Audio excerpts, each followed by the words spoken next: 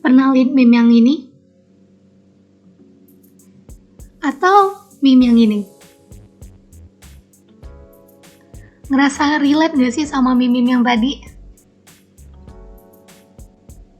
Shit. Hai, kali ini gue bakal cerita tentang identitas virtual. Lah terus apa hubungannya sama meme yang tadi? Ya udah, cek aja videonya sampai akhir. Pertama-tama, kita bakal bahas apa itu identitas virtual. Widih, canggih buat bahasanya identitas virtual. Jadi, identitas virtual adalah tampilan diri seseorang di dunia maya, yang mana dia bebas untuk menentukan ingin menjadi seperti apa di dunia maya. Dan hal ini berpengaruh kepada level of truth identity, yang bergantung pada keinginan individu tersebut. Ini menurut Bapak Jacob von Kokswijk. Jadi, identitas virtual itu tampilan diri seseorang di dunia maya yang identitasnya bisa ditampilkan sesuai dengan keinginan orang tersebut. Karena itu, identitas seseorang di dunia nyata terkadang berbeda dengan di dunia maya, karena orang tersebut memilih identitas yang berbeda ketika bermain di sosial media. Contohnya kayak meme yang satu ini nih, di dunia maya garangnya bukan main, pas di dunia nyata wah, aslinya malu-malu kucing.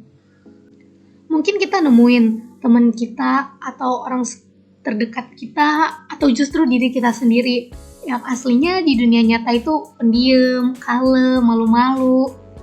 Pas di dunia maya koar-koarnya bukan main. Nah, kenapa tuh orang bisa seperti itu di dunia maya? Penyebab orang bisa memiliki perilaku berbeda di dunia maya dan di dunia nyata adalah anonimitas. Widih, apalagi nih anonimitas? Anonimitas adalah suatu kondisi di mana orang tidak mampu mengidentifikasi diri kita ketika kita berada di sosial media.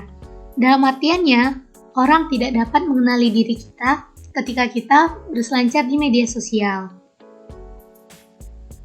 Menurut Suller, seorang ahli psikologi cyber, anonimitas dapat menimbulkan efek disinhibisi, yaitu ketika seseorang kehilangan kontrol dan cenderung lebih bebas dalam berperilaku di media online.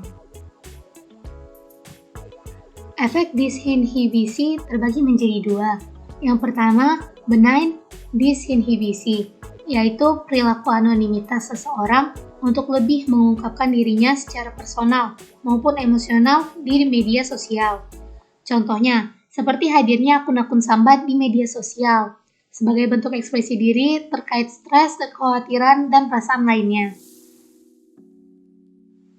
Yang kedua, toxic disinhibisi, yaitu perilaku anonimitas seseorang yang merusak atau bersifat negatif, seperti membuli orang di media sosial atau cyberbullying, ujaran kebencian, baik kepada orang tidak dikenal, selebriti, maupun kelompok tertentu, kekerasan seksual, hingga konsumsi konten pornografi.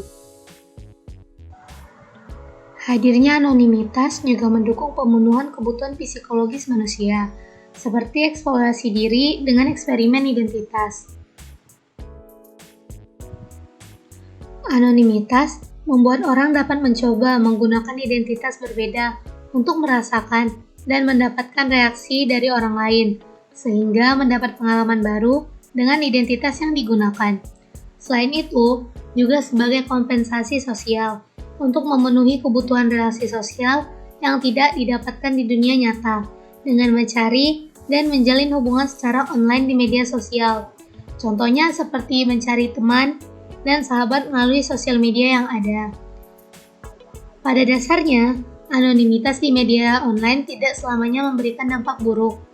Tergantung bagaimana kita sebagai pengguna menggunakan media sosial. Hendaknya, anonimitas di sosial media kita gunakan dengan bijak dan baik, sehingga tidak menimbulkan kerugian dan dapat memberikan keuntungan bagi kita penggunanya. Tetap bijak menggunakan sosial media. Gue Nabila, sekian dan terima kasih. Bye-bye. Salam.